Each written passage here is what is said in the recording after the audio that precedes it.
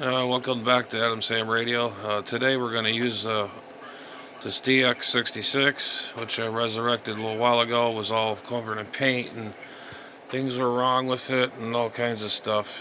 And the only thing is wrong is just has a crack here. I fixed the plastics. It's all good. It's got some wear marks. It's been around. But anyway, see what we can come up with.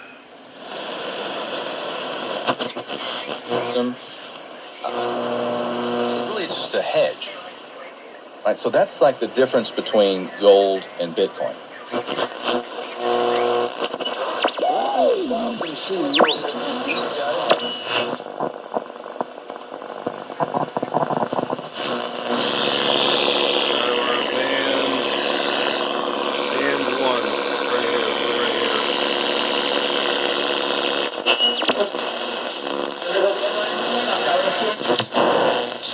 Transmit worldwide. WTWW, Lebanon, Tennessee, United States of America. And we are doing nothing but request for the next few hours. WTWW.US. And I'm waiting to take them. I'm Steve Hunter. This is the world.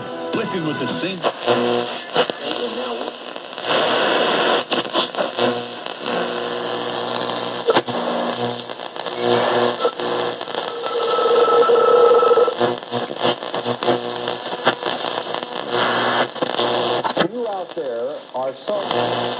Can remember or sense an America that used to exist and compare to what we have today.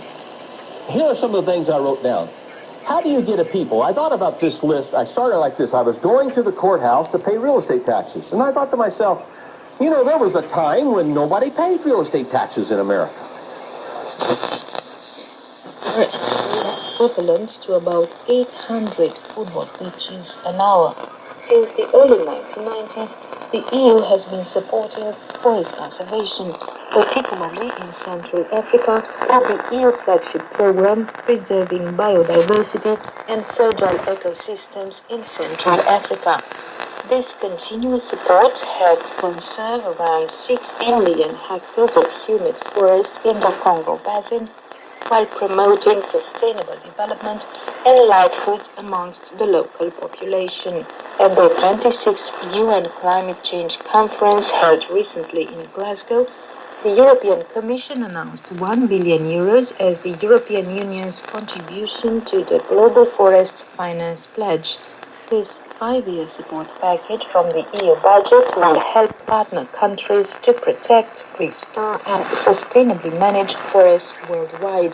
Of the €1 billion pledged by the EU, 250 million will go to the Congo Basin, covering 8 countries, to protect the world's second largest tropical rainforest region and improving the lives of the people there.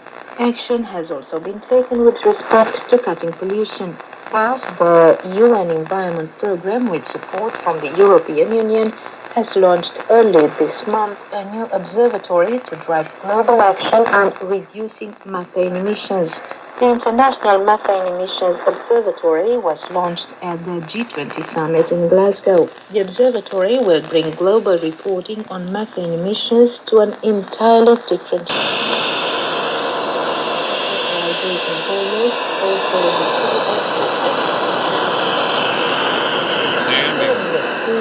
Parliament successfully insisted that the members of its groups must not have interest in related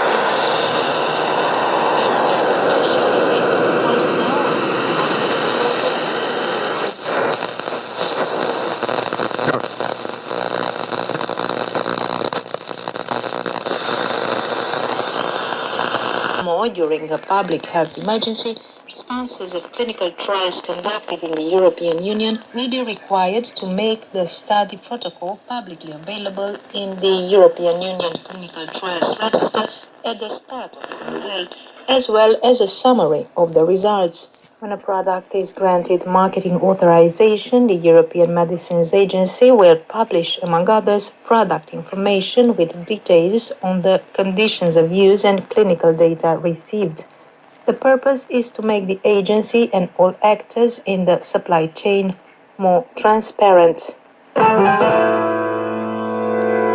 One of the youngest European institutions, the European Public Prosecutor's Office, started operating this year on the 1st of June. The first European Chief Prosecutor is the Romanian Laura Codruța-Kövesi. The institution's mission statement is to protect the European taxpayers' money from criminals. It is responsible for investigating, prosecuting, and bringing to judgment crimes against the financial interests of the European Union. These include several types of fraud, VAT fraud with damages above 10 million euros, money laundering, corruption, and so on. Up until now, only national authorities could investigate and prosecute these crimes, but their powers stopped at the borders of their country. On November 3 and 4, the European Public Prosecutor's Office coordinated an operation in which law enforcement authorities carried out searches, arrests, and seizures worth 23 million euros in the Czech Republic, Romania, and Slovakia. 4 people have been arrested on suspicion of forming an organized crime group and tax evasion. You have been listening to Through the Looking Glass.